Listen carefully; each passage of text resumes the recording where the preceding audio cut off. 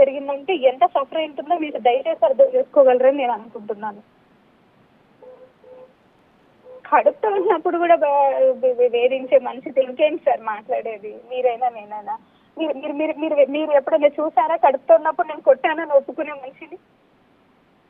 మన ఛానల్లో చెప్పాడు కొట్టేవారంట కదా అంటే అవును కొట్టాను నేను అన్నాడు. మీరు ఎప్పుడైనా చూసారా? మామూలుగా కొట్టేవాళ్ళు వేరు, ఒక గర్భిణిని నేను కొట్టానని అంటే ఇంకా అంతకు అంటే కవల పిల్లలు ఇద్దరు కడుపులో ఉన్నప్పుడు మీ మీద మిమ్మల్ని కొట్టాడు భయంకరంగా. కానీ మీకు అరేంజ్డ్ మ్యారేజ్ కదండి, మీ బంధువు కూడా అంట కదా ఆయన? అవును సార్. అంటే పెళ్ళి అయినప్పటి నుంచి అంతేనండి ఆయన ప్రవర్తన? పెళ్ళైనప్పటి నుంచి అంటే పెళ్లికి ముందు కూడా అంతే అంట అతనిది. అతను మెంటల్లీగా ఫిట్ లేడు అసలు. ఎప్పుడు ఆవేశంగా, ఎప్పుడు మనుషుల పైన రాక్షస ఆనందం పొందుతూ అలా చేసే వ్యక్తి అతను. అంటే మెయిల్ ఈగో కూడా కాదు, పర్సనల్ ఈగో అంటారు కదా, అలా పెట్టుకొని రోజులు నాతో మాట్లాడకపోయేది, నన్ను కంట్రోల్ చేయాలనేసి రోజు అన్నం వండడం పడేయడం అలా చేసేదాన్ని. భయంకరంగా అనిపించేది నాకు, ఏంటి ఇలాంటి వ్యక్తి నా లైఫ్ లో ఉన్నాడు ఏంటి అని. ఒక సాడిస్టిక్ బిహేవియర్. ఎగ్జాక్ట్లీ.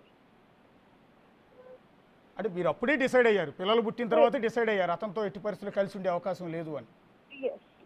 అంతకంటే ముందే ఉన్నాను సార్, మా పేరెంట్స్ కి చెప్పి పెళ్లికి చెప్పాను వద్దమ్మా అనేసి.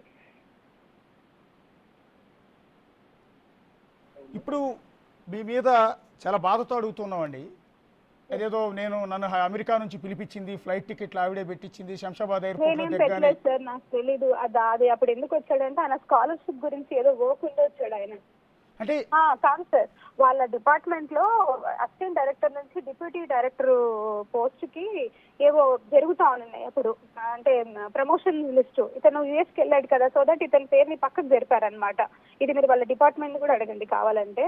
దానికోసము అతను షార్ట్ పీరియడ్ వచ్చేసి దాన్ని క్లియర్ చేసుకోవాలని వచ్చి వెళ్ళాడు ఆయన.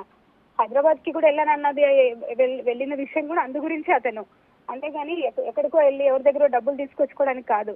అతను అసిస్టెంట్ డైరెక్టర్ నుంచి డిప్యూటీ డైరెక్టర్ ప్రమోషన్ కోసం అనేసి షార్ట్ పీరియడ్ ఇతను కన్సల్ట్ చేయట్లేదు, ఎందుకంటే యుఎస్ కి వెళ్ళాడు అనేసి. మరి ఆయన చెప్తున్న స్క్రీన్ ప్లే వేరుగా ఉందండి. ఏమంటారంటే మీరే పిలిపించారు, ఎయిర్పోర్ట్ లో దిగ్గానే శంషాబాద్ ఎయిర్పోర్ట్ పక్కనే ఉన్న విజయసాయి రెడ్డి గారి ఇంటికి వెళ్ళి వాళ్ళ భార్య సునందారెడ్డి గారు బ్యాగ్ ఇస్తారు, 60 లక్షలు క్యాష్ అనేది ఇంకా అంతకు మించిన సిగ్గుచెట్టి ఒకటి ఉండదు చెప్పాలంటే. ఇప్పుడు ఇతను వచ్చిన పర్పస్ అతను ప్రమోషన్ పర్పస్ మీద వచ్చాడు, నాకు బాగా గుర్తు లేదు కానీ విషయం అయితే అది. ఆ మూమెంట్ అయితే ప్రమోషన్స్ కూడా ఇచ్చారు, కావాలంటే మీరు వెరిఫై చేయండి. వాళ్ళ డిపార్ట్మెంట్ లో అసిస్టెంట్ డైరెక్టర్స్ నుంచి డిప్యూటీ డైరెక్టర్ కి ప్రమోషన్స్ ఇచ్చారు. యాక్చువల్లీ ఈయన సీనియారిటీ లిస్ట్ లో ఉన్నా కూడా ఇతను యూఎస్ కి వెళ్ళాడనే ఉద్దేశంతో ఇతను పక్కన పెట్టారు. సో దాని గురించి అతను బాగా మెంటల్ స్ట్రెస్ అయిపోయేసి సడన్ గా వచ్చేసాడు, పైపెచ్చి నా కోసం వచ్చానని చెప్తా ఉన్నాడు.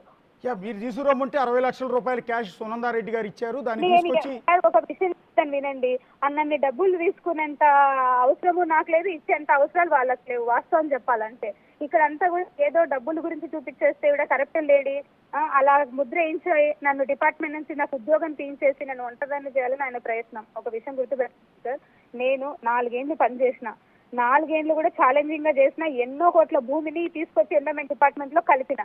నేను ఎక్కడ కూడా కరప్షన్ కి